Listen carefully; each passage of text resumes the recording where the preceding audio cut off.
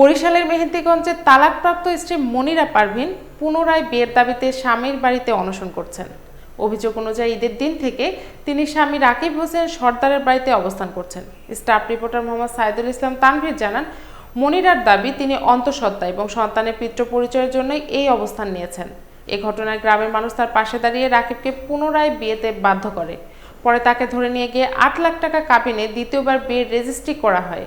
তবে রাকিব হোসেন দাবি করেছেন স্ত্রীর পরকীয়ার কারণে তালাক দিয়েছেন এবং পুনরায় বিয়েতে তাকে জোর করা হয়েছে।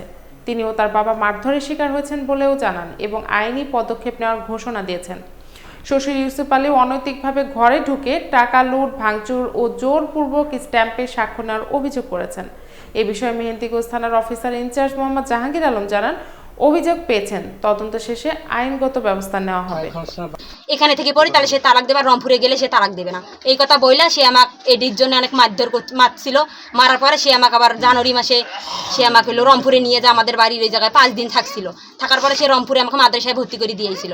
আসার পরে সে আমার তালাকের একটা কাগজ পেট, তাকে আমি বলছিলাম আমি বাচ্চা আমার পেটে, সে বলছিল হোক থাক সমস্যা নেই। কিন্তু তার কয়েকদিন পরে আমি মাদ্রাসায় যখন পড়ছিলাম, হঠাৎ করে শুনি আমাদের বাড়িতে বলে নাকি বাড়িতে জানি এমনি একজনকে বলছিল তোমাদের এখানে একটা চাঁদপুর থেকে একটা কাগজ এসেছে। পরে আমার ফ্যামিলি বলছিল চাঁদপুর থেকে যখন কাগজ আছে তাহলে রিটার্ন পাঠাও। পরে আমি বরিশাল, পরে চাঁদপুর, পরে আমি বাড়ি থেকে আবার ঢাকার মধ্যে আইছিলাম। আসার পর আমার হাজব্যান্ডের দোকানের সামনে আইছিলাম। আসার পরে সে তার বাসার মধ্যে নিয়ে যে আমার এই পেটের বাচ্চাটা সব আমাকে লাত্তি মারছিল। লাত্তি মারার পর আমি সেনা ক্যাম্পের ওই জায়গায় গেছিলাম। পরে সেনা ক্যাম্পের লোকেরা আমাকে হলো নিয়ে গেছিলো। নিয়ে যাওয়ার পরে সবাই ট্রিটমেন্ট করে আমার পরে পাঠাছিল। পরে হেরা মনে করছিল হেডে নিয়ে অনেক ঝামেলা হয়েছিল। হওয়ার পরে আমার হাজব্যান্ড আবার ওই ঢাকার মধ্যে রুম নিয়ে দিয়েছিল আমাকে, বলছিল তুমি এখানে থাকো। কিন্তু হ্যাঁ তালাক দিছিল, কাগজ দিছিল, এটা আমাকে বলেনি। আর দ্বিতীয়বার কোনো কাগজ আমাদের বাড়ির ওই জায়গায় যায়নি। পরে সে হলো আমাকে ওই আমাদের রুম নিয়ে আবার তালিমে আমাকে সফরে পাঠাচ্ছিল তালিম করার লেগে। পরে আমি তারপরে ঈদের সময় একবার বাড়িতে আইছিলাম। আওয়ার পরে সে বলে আমাকে 3 তালাক দিয়েছে, সে আমার সাথে সংসার করবে না। সে ওইটাও বলছিল আমাকে যদি রাখে তার ফ্যামিলি, তার বাবা তাকে ত্যায্য পুত্র করবে, এই কথা বলছিল ঈদের সময়। পরে আমি আইছিলাম একবার বাড়ি, তাওয়ার পরে আর আমার ঘরের মধ্যে উঠতে দেয়নি, আমাকে ধরে মারছে। আমার শাশুড়ি, আমার দেবর আর হইলো আমার হাজব্যান্ড আমার গলা টিপে ধরে, আমার মোবাইলের মধ্যে অনেক প্রমাণ ছিল সেটি নিয়ে আর মোবাইলটা নিয়ে ডিলিট করছিল। ডিলিট করার পর আমাকে সারা রাইতে বাইরের মধ্যে রাখছিল। রাখার পরে সাংবাদিকেরা পরের দিন আইছিল, আইয়া দেখছিল আমি বাইরের মধ্যে। পরে আমি এখানে বক্তব্য দিয়েছিলাম। তারপরে এই পর্যন্ত। তারপরে আসার পরে সে বলছিল আমাকে নিয়ে সংসার করি খাবে। পরে এটা গণ্যমান্য ব্যক্তিদেরকে ডাকা হয়েছিল, সবাই ডাকছিল। তখন হে বলছিল হ্যাঁ আমি কাগজ দিছি এরকম এরকম। পরে বলার পরে সে তার বাবাও স্বীকার করছিল যে হলো এরকম করে করার পরে সে হলো বিয়ে করছে। আবার আমার কালকে নিয়ে গেছিলো। সে বলছিল কালকে হলো 9টা বাজে এখানে বিচার বসার কথা। সে বিচারের কথা শুনে সে ভোর 5টা বাজে সে হলো বরিশাল কোর্টে যাইবার দিছিল। কোর্ট থেকে আবার দেখছিল কোর্ট বন্ধ। বলেন আমার এই ছেলে বউ আসছে না, আইসে পর আমি এসে, আমার নাম নাসিমা বেগম, বুঝছেন। আমি এসি ছেলের মা, রাকিব হোসেনের মা।